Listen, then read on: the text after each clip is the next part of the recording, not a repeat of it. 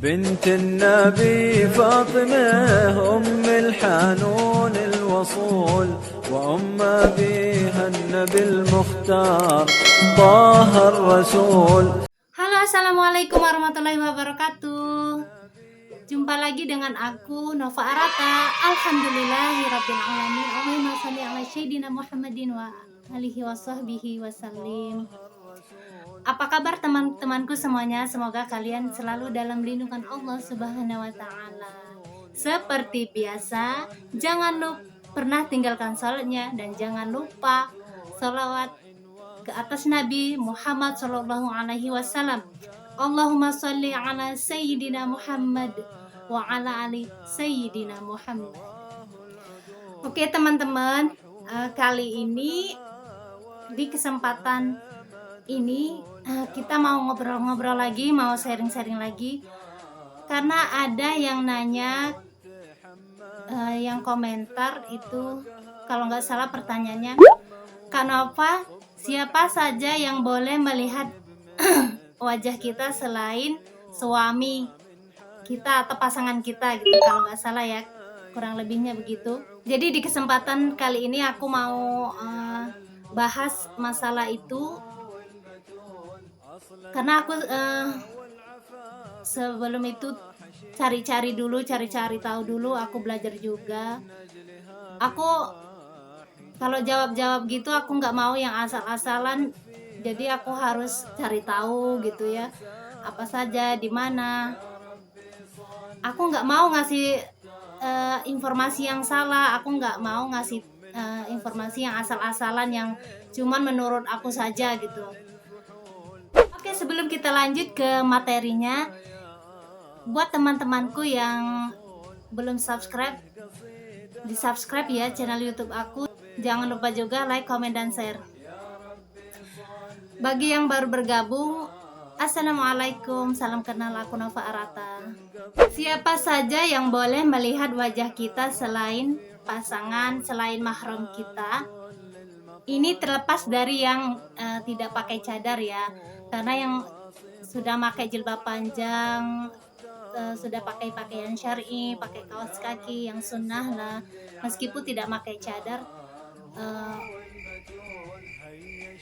alhamdulillah banget, apalagi di keadaan kita di Indonesia ini.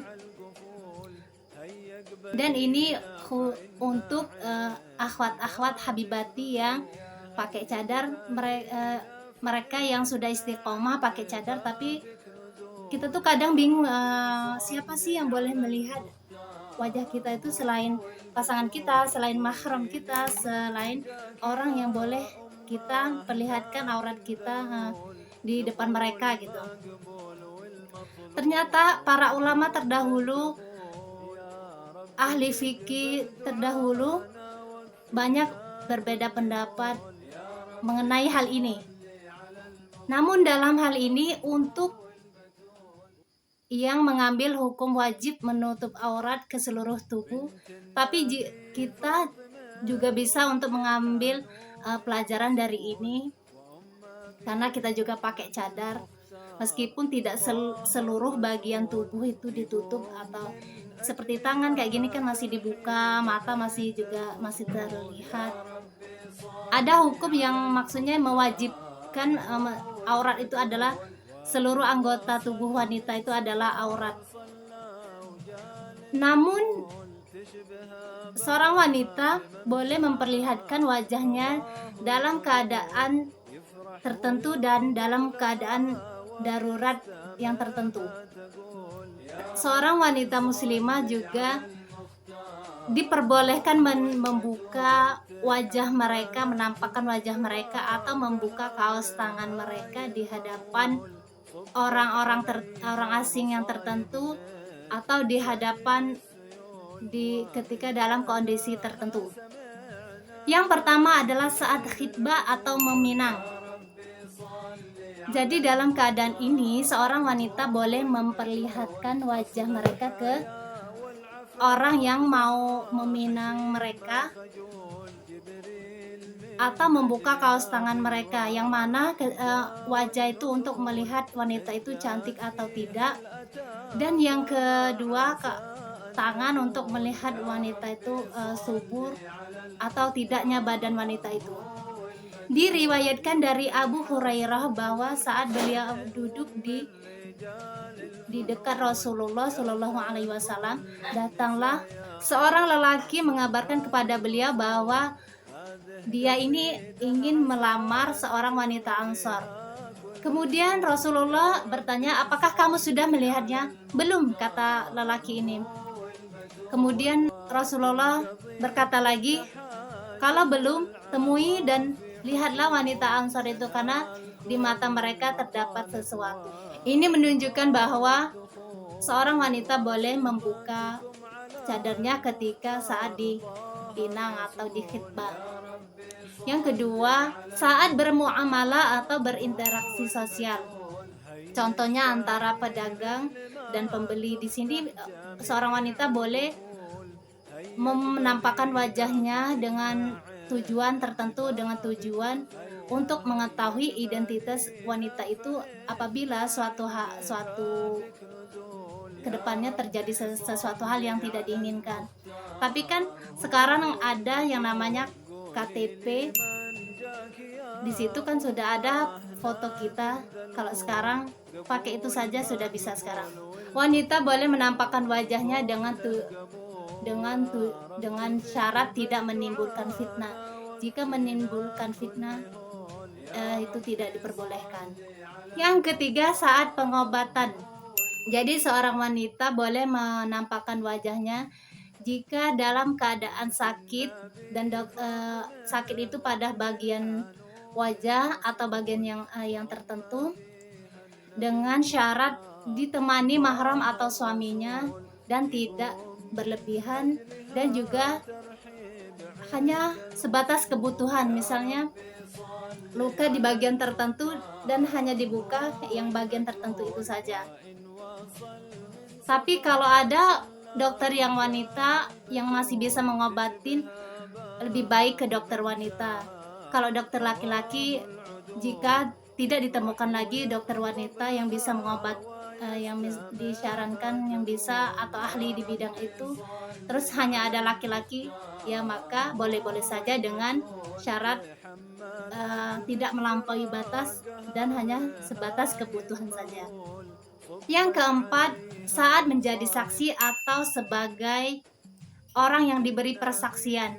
Jadi di sini seorang muslimah, seorang wanita boleh menampakkan wajahnya, boleh membuka cadarnya ketika dimintai hakim untuk membuka cadarnya atau untuk memberi persaksiannya, untuk mengenalinya dengan tujuan untuk menjaga hak-hak orang lain.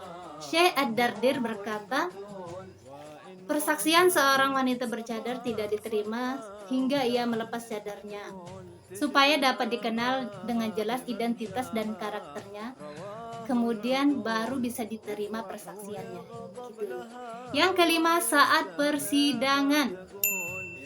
Jadi di sini seorang wanita yang bercadar boleh membuka wajahnya di hadapan hakim yang menyidanginya, baik yang hakim membelanya atau hakim yang si penuntut, dengan tujuan untuk mengenalinya dan untuk menjaga hak-hak manusia agar tidak sia-sia.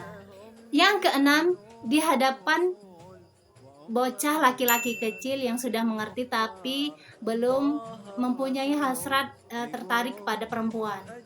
Di sini wanita boleh membuka cadarnya di depan laki-laki kecil, bocah kecil, dengan batasan-batasan yang biasa terlihat kepada mahramnya, misal tetap pakai baju yang pantas gitu ya, yang menutup aurat, seperti biasa kamu lakukan ketika di depan mahram kamu gitu. Yang ketujuh, di depan laki-laki yang tidak mempunyai hasrat lagi, hasrat kepada wanita atau nafsu syahwat lagi ya, boleh menampakkan sesuatu yang biasa ditampakkan kepada mahram kita. Ibnu Qudamah berkata, terhadap lelaki yang tidak mempunyai nafsu syahwat lagi karena lanjut usia, karena lemah syahwat, karena adanya penyakit yang tidak diharap kesembuhannya, lelaki yang mengebiri diri atau lelaki banci yang tidak mempunyai hasrat lagi kepada wanita. Maka batasan aurat yang boleh dinampakkan kepada mereka sama seperti kepada apa yang boleh kita tampakkan terhadap mahram kita. Yang ke-8 yaitu wanita lanjut usia yang tidak menggairahkan lagi. Jadi kaum wanita yang sudah lanjut usia ini boleh memperlihatkan atau boleh membuka cadarnya kepada yang bukan mahram. Terdapat dalam Al-Quran surah 24 ayat 60 bahwa mengenakan cadar lebih utama baginya. Jadi wanita yang lanjut usia itu boleh membuka cadar, boleh membuka niqabnya, tapi menutup itu jauh lebih utama ya, jauh lebih baik gitu ya. Yang ke-9, membuka cadar di hadapan wanita-wanita kafir. Di sini ulama berbeda pendapat, ada yang membolehkan, ada juga yang tidak membolehkan. Namun pendapat yang paling utama yaitu boleh membuka wajah dengan syarat tapi tetap menjaga aurat-aurat yang lain. Tidak bolehnya itu ketika kita mau melahirkan dan dokternya itu orang yang kafir misalnya. Nah, itu tidak boleh.